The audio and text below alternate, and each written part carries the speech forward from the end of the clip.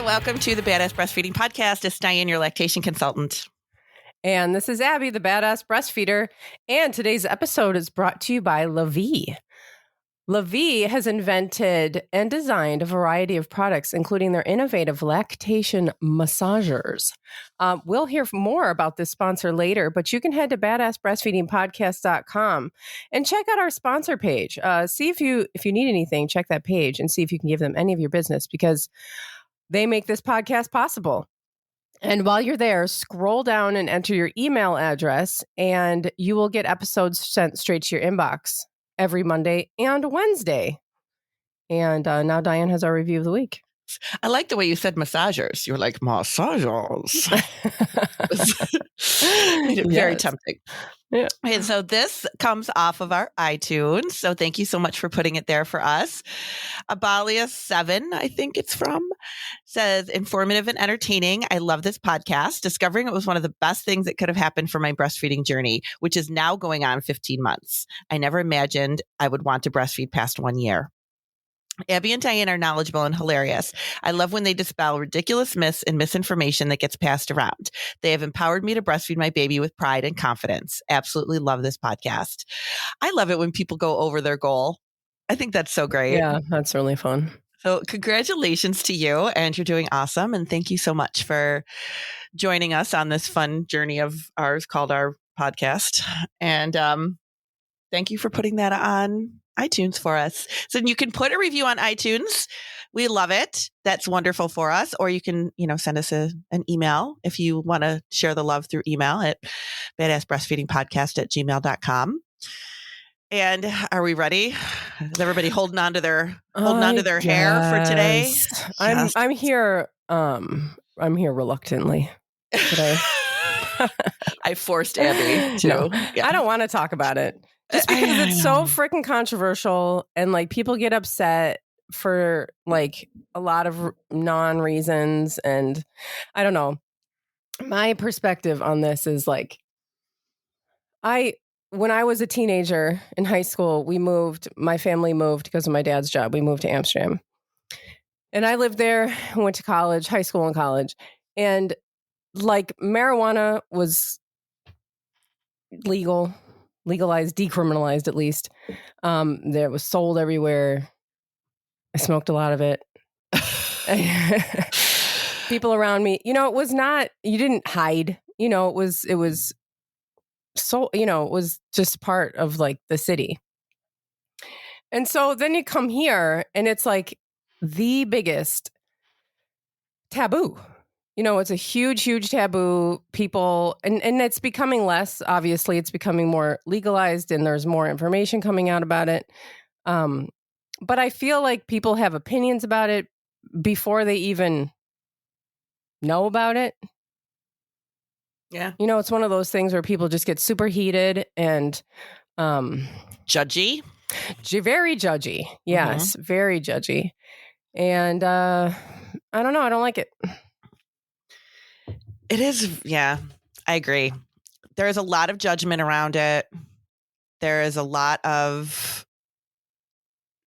just, we were talking about this before we came on, that I was saying like, I looked up so much stuff about this over the last couple of days.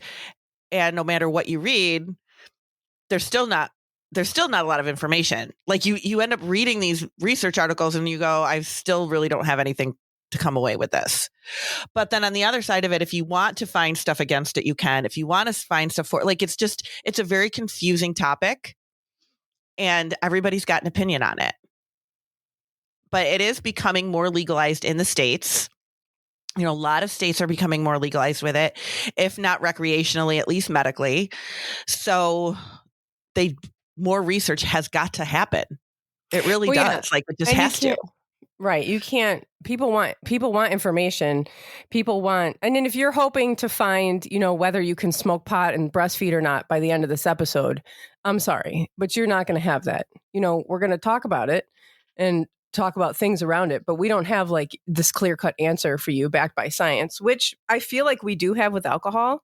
Mm-hmm. I feel kind of confident saying that like, yeah, we're real comfortable with you having, alcohol and, just make sure you're able to care for your baby and blah, blah, blah. But there's not like, I don't feel like there's, you're not going to get that at the end of this episode. No. We'll talk around it and we'll talk about it and we'll talk about harm reduction and we'll talk because people are doing it. The bottom line is people are smoking pot and breastfeeding. And so they want to know like, what's the deal? Like, how do I make it safer? How can I manage this? And so, people are hiding it. It's like co-sleeping. People are hiding it and they don't want to ask their doctor. And you can't ask your doctor. Yeah. Right. And even though it is legal, they don't want to. And it people is legal all day long. I mean, it's legal in most places, but even in the places where it is legal, like for example, here in New York State, it's been legalized. So people still come to me like secretly and say, what happens if I, what will happen? Can I smoke? And, blah, blah, blah. But they will call the pediatrician's office all day long over, can I drink alcohol? Right. Like that's not a problem for people to say, that's always out there. I have that question in every breastfeeding class. I hear it all the time, but nobody says, hey, can I smoke? Nobody says that because nobody wants that judgment, right? Like nobody wants to have that judgment. So what we wanted to do at least would talk about, just like we do with alcohol and safe sleeping with your baby, is how can we make sure it's being done safely and the harm reduction piece of it. Yeah. And also, there's reasons like, I don't know. Sometimes people ask their doctor things and the doctor calls DCFS. Right. Yeah. Oh my God, they're smoking pot. Well, it's so dumb. Yeah. Because also the thing that we can say is that in all of the reading and all of the, the life that we've lived and all of the, the kind of non-science that there is right now, or there's some science, but there's not a lot. There's no like glaring like, oh my God, you're all going to die. Like that's not there. Mm-mm. Yeah. So it's kind of one of those, I mean, the thing that you're faced with the most with this topic in this country, I think is really just the stigma. Yeah, I think it's going to take a long time for that stigma to go away. Oh yeah, totally. It's going to take a long, long time. So a couple of things I think are important to cover with this. Like we've said, the research behind it, if you're a research person and you really enjoy that, looking for that science-based, there's not a lot of definitive answers. All the things that you read say, there's not a lot of research behind it. The research that is being done or that has been done in the past is it's very inconclusive, and what I mean by that is they could be saying, okay, so what we do know for sure is that THC, which is the component to marijuana that, gets you loopy or whatever. I don't even know how the right words for it. Hi. Yeah. Talking about all this research stuff, and then I use words like loopy. Loopy, yes. So, Dianne has clearly smoked a lot of pot in her life. So the words behind it, like they definitely say, okay, it is getting into the milk. It definitely gets into the milk. Yeah, we do know that. We do know that. That is a definitive thing. And it's dose dependent too, meaning the more you smoke, the more there is, right? We do know that THC is fat soluble, meaning it stays in the milk for longer periods of time. And some of the research that I was reading said that it can stay in the milk for up to like 6 weeks. But again, that would be dose dependent, right? Like that would obviously, the more you smoke, the more it is, the more that it's in your milk. And then they're saying some research is showing, okay, babies that have been exposed to it, when they were babies, obviously. So if you're smoking while you're breastfeeding or smoking when you're pregnant, those babies have shown to have some like motor delay later on. Some have shown that, some have not shown that. But then again, is it because they smoked during pregnancy or is it because they smoked during breastfeed? Like there's no real like, okay, if you smoke at this time, this is going to happen. If you smoke at this time, this is going to happen. None of that is clear. So it really comes down to thinking about it as, okay, if I smoke a lot, there's going to be a higher risk. There's going to be more THC in my milk if I smoke regularly. And we don't know, because one of the big things with it is because your baby's brain is in such a high stage of development that where does it impact that brain development? And that really is the question. It comes down to is like, brain development, and is it impacting brain development for babies? So there's a lot of question, but then it's also like, okay, it's becoming legalized. So, what to expect if you do smoke a little bit, or if you want to smoke a little bit. Yeah. And to put it in perspective, everything passes through your milk. Yeah. Alcohol passes to your milk. The medications that you might take pass through your milk. All of this stuff is passing to your milk and to your baby. And so then the research comes with, what's the harm? Right. What is the harm then there? And I don't think, well, I mean, there's some speculation, maybe some, I don't know, of what, when Dianne was talking about it. But just to be clear, that marijuana it's not like all these other things like don't pass through your milk, and marijuana is the only thing that passes through your milk. Like most things do. And people know that. It's like, we know, like, so you're having, problems, you want to go on like an antidepressant medication. Okay. Well, we know that this is going to pass through the milk. So what medication then would we give, to just reduce the level of harm? And many of these medications, people have found that it's perfectly safe to take these medications, even though it's passing through the milk. Right. And I mean, like you said, everything does pass through the milk. That doesn't mean it's bad. It just means it happens. Right. Yeah, because because the parent needs to, because a lot of people are smoking too. People are managing anxiety and depression with the marijuana. Mm-hmm. People are, even if their use is recreational and it's not doctor diagnosed, many people are managing with it. And some people feel a lot safer. I'm not saying one way or the other. I'm just saying that there are people who feel safer using marijuana than using pharmaceuticals. Mm-hmm. That's just these people are out here. Yeah. And so this is, And I was actually just going to say that. I remember years ago when I worked in the hospital, and this is going back years before this was legalized, before it was even starting to become legalized. And there was a person at the hospital who had just had her baby, and in her chart was noted that during pregnancy, she kept coming up positive for THC in her urine all throughout pregnancy. So that was a red flag, obviously, for doctors. And she was very vocal in saying, it grows in the ground. It's natural. There's nothing wrong with it. And I know that there are people out there that really feel like, okay, these things that are growing in the ground, like the herbals and the, marijuana and things like that come from plant life, it's perfectly safe. There's nothing wrong with it.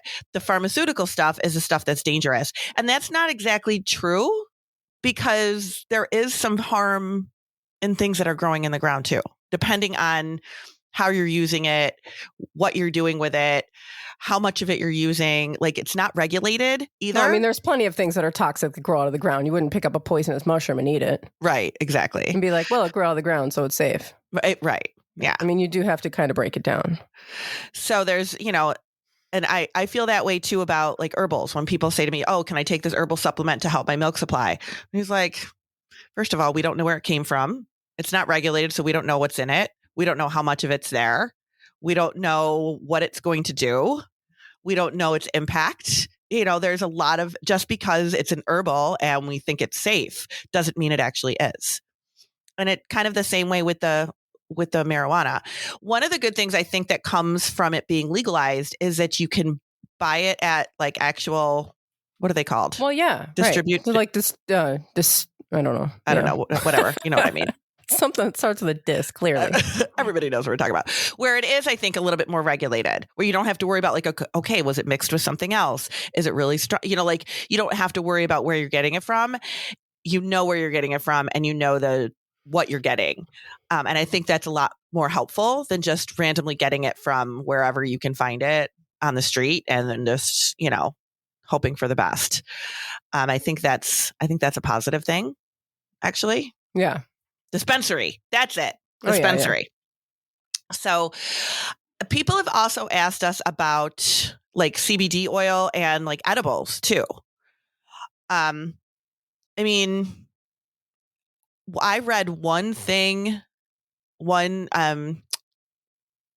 I don't even think the whole, it was in one research study, but it wasn't totally just about edibles, that said that edibles were actually more potent, like get more into the milk. Like mothers that used edibles instead of just smoking, they found that there was more THC in the breast milk with edibles. Oh, interesting. Yeah. And I think it was just because of you were ingesting it instead of just like smoking it, I guess. Right. But for people that are wondering about that, that was one research study that I found. So I mean, like, don't hang your hat on it, but that's what they said. Yeah. So yeah. Should we take a break? Yeah. And then talk about it more? Absolutely. We'll be right back. Okay. La Vie was founded with the mission to help breastfeeders everywhere with their breastfeeding and pumping journeys. They have invented and designed a variety of products, including their innovative lactation massagers, which are ergonomically designed and rechargeable battery powered to help make a breast massage easier and address common breastfeeding issues like clogged ducts, mastitis, and engorgement. Breast massage can help induce letdown and improve milk flow to transfer as much milk as possible from your breast.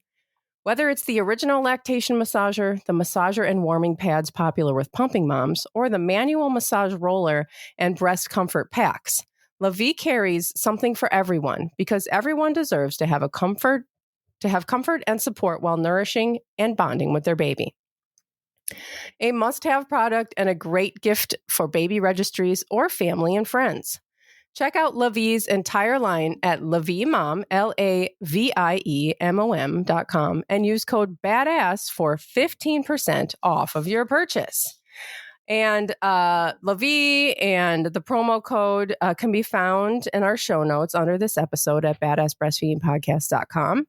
Our show notes will also include further information about things we talk about in this episode, and at badassbreastfeedingpodcast.com you will also find all of our other episodes, our breastfeeding resources, and information about scheduling your very own one-on-one online lactation consultation with Dianne. So I wanted to read something that I found. This came from the American Journal of Maternal Child Nursing. And this was, I'm looking for the date on it. It's very recent because they're talking about, it says, as of May 2021, 36 states and 4 territories allow for use of medical cannabis products. So this is a very recent article, but I can't find the date on it. But I do want to read a part of it here. It says Dr. Thomas Hale. Now, Dr. Hale, if you're not familiar with his name, is a doctor who does all this research regarding medications. So whenever anybody is worried about like, oh, can I take this medication? Can I take that medication? The information about it is coming from Dr. Hale. So he is like renowned in this area of medications and breastfeeding. So Dr. Thomas Hale, a pharmacologist who is an expert on perinatal pharmacology and pregnancy and lactation, states that in low to moderate use, levels that pass into human milk are exceedingly small. For example, if an infant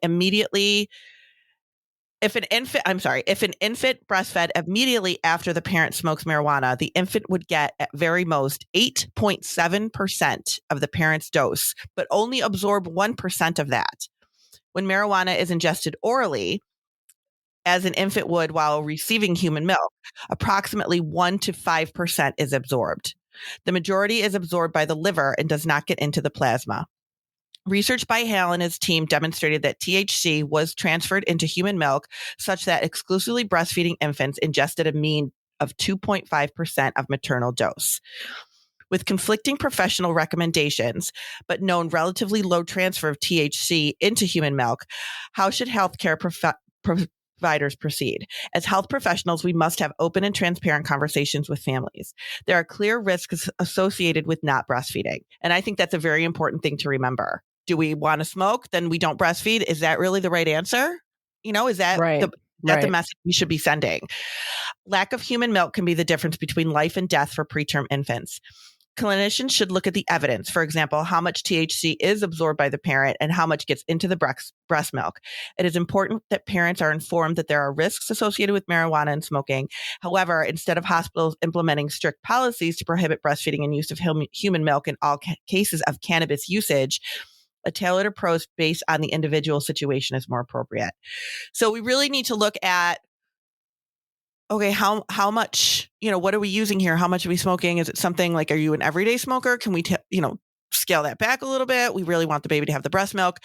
But I know I personally have counseled families about this and have used that approach of, I would much rather have you smoke occasionally than wean, because we have to look at the benefit of the breast milk too. Like, that's a huge part of this. I think that's a really important piece to remember, that your baby getting the breast milk is a really important thing. Yeah. And then also, like, why are you using? Can you just wait? Can you wait? Or are you managing? Is this how you're managing? Right. Then we need to talk about other like harm reduction. The other things too that kind of go along with it is just with everything else. And I'm not like, I don't want to make it sound like, okay, it's just because it's marijuana, because it's not. But we need to consider like secondhand smoke. So definitely don't smoke around your baby. Right. So we need to consider that like we would if you were, smoking anything. We don't want to do it around our baby because baby's lungs are very immature. Babies, that effect of secondhand smoke is detrimental on babies. So we want to make sure we're keeping that in mind. And we also want to keep in mind the fact of making good parenting decisions. Just like when we talk about when you're drinking alcohol, are you planning to make any parenting decisions, or do you feel like you can safely take care of your baby when you're drinking? Because that is more of if there's an emergency, can you handle it? Can you drive to the emergency room? Can you take care of your baby? Yeah. And don't bed share. Yeah. And that's the same thing with marijuana. Yeah, right. It's still a drug, and you have to make sure that there are safety precautions in place if it's something that you're going to do. So we're not saying don't do it. Just make sure you're safely doing it. Make sure your baby's safe. Make sure you're safe. Yeah, that'll always be the bigger concern is, can you care for your baby? Can you make the decision if there's an emergency? Can you get them to the emergency room? Mm-hmm. Can you, get them? Can you feed them? Can you find them? Can you find them? And don't bed share. Like that comes with, not share a bed, because all of this will affect your ability to wake up and be responsive to the baby. Absolutely. So that really is what it comes down to. So there's going to be a lot of people, if you ask, a medical professional, chances are they're going to tell you it gets into the milk, don't do it. Well, we know that, right? We know it gets into the milk. Everything gets into the milk. We know that. What we want to know is, how can we do it safely, right? Like that's what it comes down to. And just like Abby said, is this something like, why are you, consider why you're doing it? Are you doing it for a reason of, are you managing your anxiety this way? Is there a medical reason why you're doing it? And if that's the case, then we need to make sure that it is being done safely. Is it just like, oh, okay, I'm just doing it just because I enjoy it and it's recreational for me? Then can we maybe hold off or scale back on that a little bit? Just like you would a lot of people when they're breastfeeding will resist taking certain medications just for the fact that it gets into the milk, which is not always necessary, but it happens anyway. So just kind of thinking about like, why am I doing it? Do I need it? How much? Maybe I could scale back. Maybe I could smoke a little less. Making sure you're not smoking around the baby. And just know, yes, it does get into the milk. It does. But is it enough to make a difference? That we don't know. We don't know how much is too much. We don't necessarily know how much is going to impact your baby. We can't say for sure, oh, if you smoke that right now, your baby is going to have, cognizant issues, learning problems, motor delays, ADHD. We don't know that. We don't know those things. That's too far ahead, and they don't have that research right now because they're not doing it. They haven't been doing it for long enough yet. So we just don't know. So it's kind of experimental. Right, yeah. Right. Believe it or not. Yeah. It shouldn't be. I mean, it's been around forever, but I know, but we're entering into new territory. And because it's been illegal, there's not a lot of research around it. There's not a lot of discussion or yeah. And they know information around it. With alcohol, like they know a little bit more. And I have people have told me a lot that it was recommended that they smoke during pregnancy if they had like a very, like they were really sick during pregnancy, that it helped with their nausea. A lot of people use marijuana for that. Absolutely. Yeah. And feel much more comfortable smoking marijuana during pregnancy than taking some pharmaceuticals during pregnancy that have, some, that have side effects that have, that people don't feel safe taking it and feel safer taking marijuana. That's a big one with the what's it called? Hyperemesis. Yeah. Yeah. Mm-hmm. People use it a lot for that. So, during the research, looking at research with that, they just, don't really know, like, okay, obviously we know it goes to the fetus. We know that. Yeah. And then we know that if you smoked it during pregnancy, you're probably going to smoke it during breastfeeding. So if any problems arise, did it happen during pregnancy or did it happen during breastfeeding? Like they don't know all of these little details. So, moderation is important, I think, in this area. And I think unfortunately people are going to be judged for their choices. Yeah, you will. Yeah. But we want to focus on like people want to reach their breastfeeding goals. We want babies to be breastfed, not because we're judging everybody else, but because we know that breast milk is really important for babies to have. And this is a breastfeeding podcast. So that's what we're talking about. And we want people to reach their breastfeeding goals. And so, we don't want it to be a situation where, it's like we were talking about before, like I'm smoking, I'm going to smoke, I'm deciding, or I need to smoke. And so therefore I should just give formula. I don't know. I don't think that that's the better option. I don't either. And I've told people that too. I've said, I would rather you smoke and breastfeed than give your baby formula. I had one mom that that was using it for anxiety. And she was like, I want to just smoke a little bit before bed. The baby sleeps all night. The baby was already in bed. She knew he was going to be sleeping for several hours. Is it okay if I do this? I'm like, I would much rather you do that than wean and give formula. Honest, like, absolutely. There's no question in my mind. And she already had it planned out and had it planned out safely. The baby's sleeping. It's just a little bit. I'm, her time of day, based on when she was nursing and all of that stuff. And that was a smart way to do it. But she was also very much like, I really feel like I can't ask anybody else about this. Can I talk to you about it? And, very secretive and just, and that's usually when people talk to me about it, that's how they feel. They need to be very secretive about it. They don't want to talk to people about it. They don't want to ask anybody else because they don't want the judgment. And that's really sad. Yeah, that's how people are about smoking cigarettes. Yeah. Too. People are always like, I don't want to post this anywhere. I don't want to ask. Can I just ask you like privately?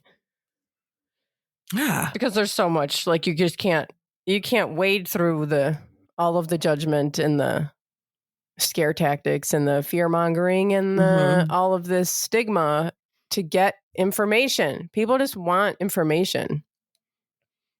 I don't know, man. If I was asking somebody about like something like this, can I drink, can I smoke, whatever, can I smoke cigarettes, whatever, and they like stress me out by telling me what a horrible parent I would be and fear mongering me and all this stuff, that's just going to make me be like, I need to smoke just because I'm stressed. Now I need 4 cigarettes. Thanks. Right. Exactly. Exactly. Yeah.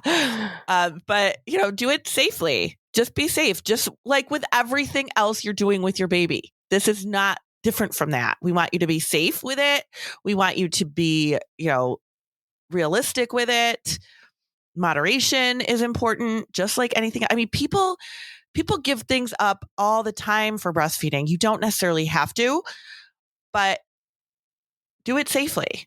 And if you need to like back it off a little bit or just kind of like maybe change when you're doing it, like I said, that one mom knew, okay, if I do it this time of day, the baby's sleeping, I don't have to worry about breastfeeding. I don't have to worry about safety issues, things like that. Like that was doing it smartly.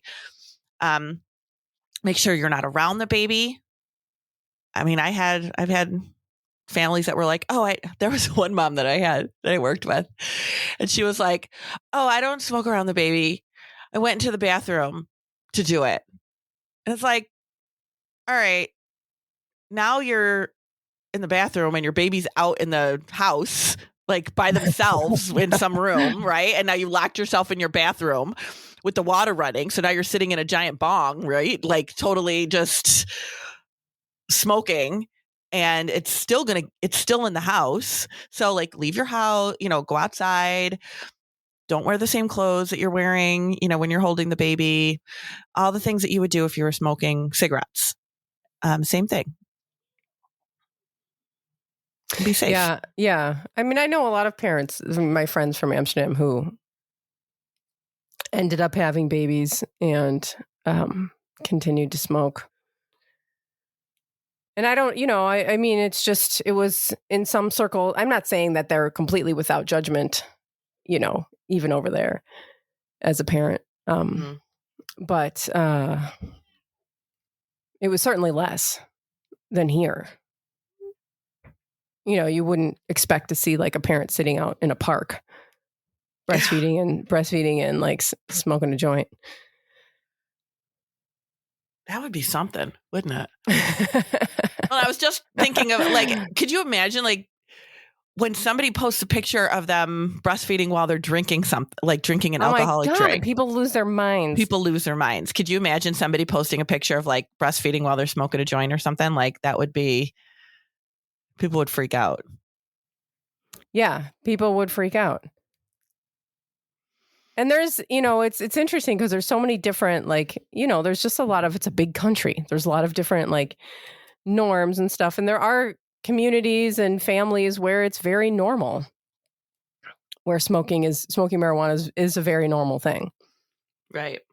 And, because in a family where drinking is normal, we don't really think anything of that. I guess we do with the as soon as you start breastfeeding, though, then.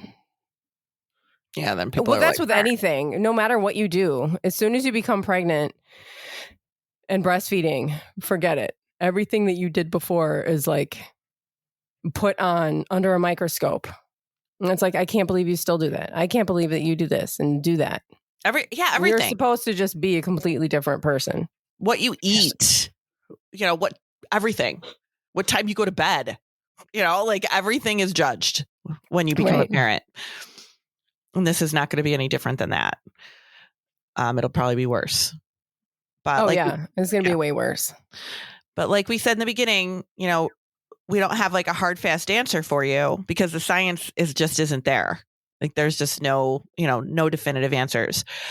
We just wanted to be able to talk about it and talk about harm reduction and safety, and because we know people are doing it. And in one of the articles that I did read, it said that there was like, they said like 10 to 15% of women were smoking marijuana with pregnancy or breastfeeding. And it's like, that's probably the ones that are admitting to it. So it's not like, okay, it's just a small percentage. It's probably a pretty large percentage of people. So we need to talk about how to be safe about it, not like trying to take it away, because that's not realistic. Yeah. We want to acknowledge that people do this and that you're not a bad parent. Yeah. And that, we're not here like just not talking about this because, oh my God, how could you? Hate that. We know that people are doing it and that you want information, and we provided very little information for you today. We provided what we found. Like that's we provided what's pretty much there, and then we talked about it. Yeah. So there you go. You're welcome. I'll link some articles into the show notes too. But it's about all we can do. Yes. Thanks for listening. Thank you. Bye. Bye.